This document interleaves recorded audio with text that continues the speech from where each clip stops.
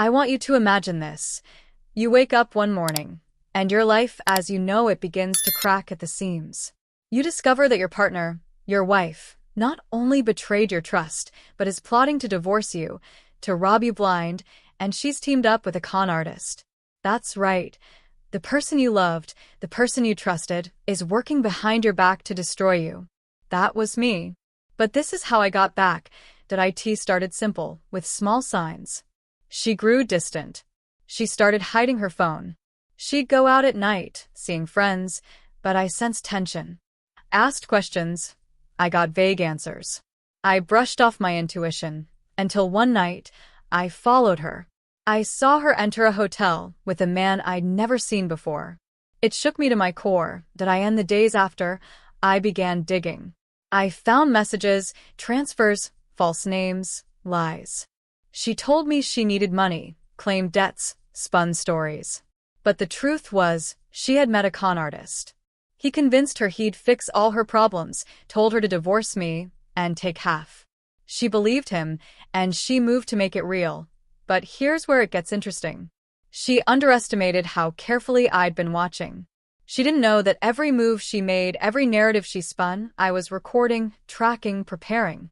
And when she tried to serve papers in court, I was ready with proof.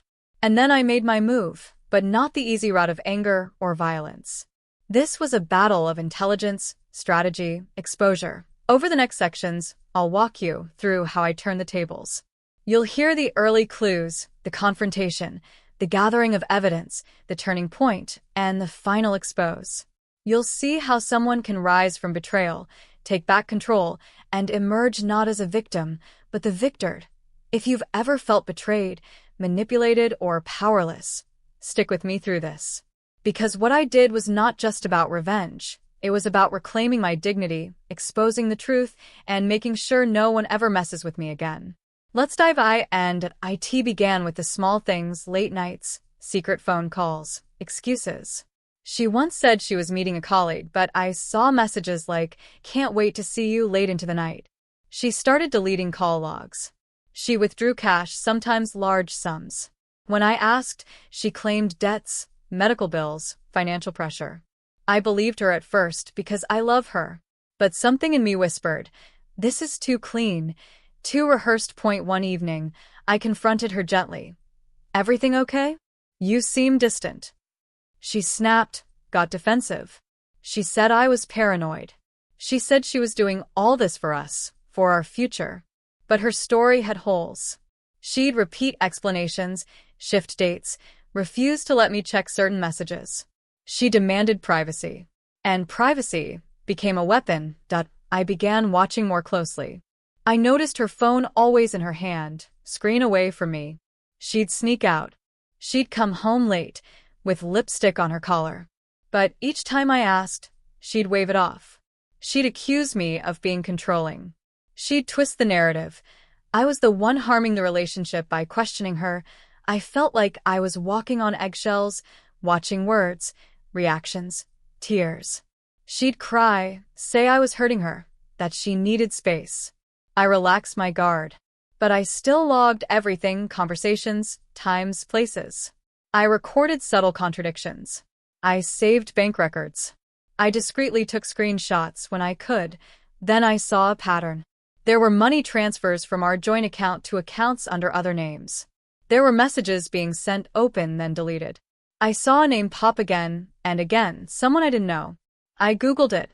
That's when I saw red flags. That name had associations with scam forums, con schemes, shady deals.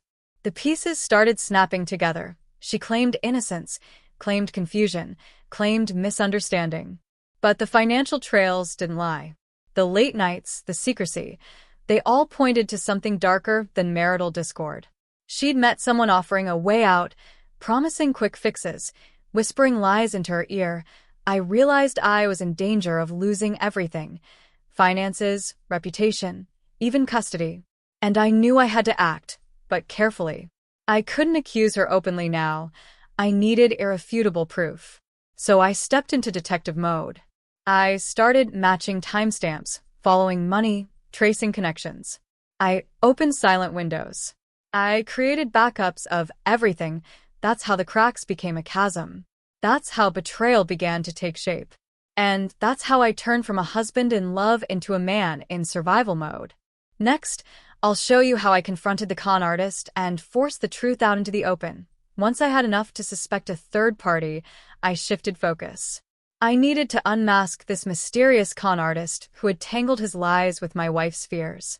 First, I mapped all interactions, phone calls from unknown numbers, messages to new contacts, sometimes under aliases. I traced IP addresses, device logs, even metadata where possible. Every unanswered call, every deleted message, those were clues that I dug into social media. I found a profile, slimly populated, with a name I recognized from the money transfers. The profile had minimal real posts, no photos, no friends, just vague statements about helping people in need. That's how con artists hide. They stay distant, shadowy. I messaged, I probed a little at a time. He responded cautiously, with vague promises of support, of solutions to her stress. He used emotional leverage, fake sympathy. I watched that. I also called phone numbers linked to him. I pretended to be someone in need of his services to learn his script. I talked to people he claimed to have helped. I read about him on forums. I pieced together his patterns, how he recruited, how he manipulated, how he made financial demands. I found that he used multiple shell accounts, false identities, offshore accounts, all classic con moves that I set traps. I baited him. I sent messages under pretended vulnerabilities, hoping he'd bite and show his hand. He did. He sent promises, money-fixing plans, demands for funds to clear obstacles. I collected those messages. I let him slip. I gathered voice notes, screenshots, timestamps. I recorded deceit. Meanwhile, I continued watching my wife's behavior. I noted which days she spoke to him, what she did afterward, what's changed in her tone. I watched her spending habits. I gathered her confessions, small slips of truth in heated moments. She once said, "He told me everything would work out, if only I let him in." That phrase was gold. I saved it, timestamped it. That was her admission that I merged my evidence. Messages, bank transfers, conversations, voice samples. I built a timeline.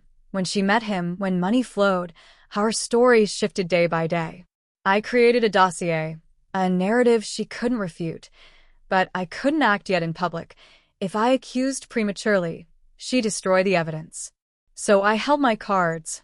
I moved in shadows. I coordinated with someone I trust, maybe a lawyer or a private investigator. I prepared contingencies, backups, encrypted files, alternate copies. I knew this man would push back. In the next section, I'll describe how I confronted my wife face to face, with proof, with calm, forcing her to unravel her illusions. That was the turning point. Armed with a mountain of evidence, I prepared for the confrontation. But this wasn't going to be a screaming match. I needed restraint.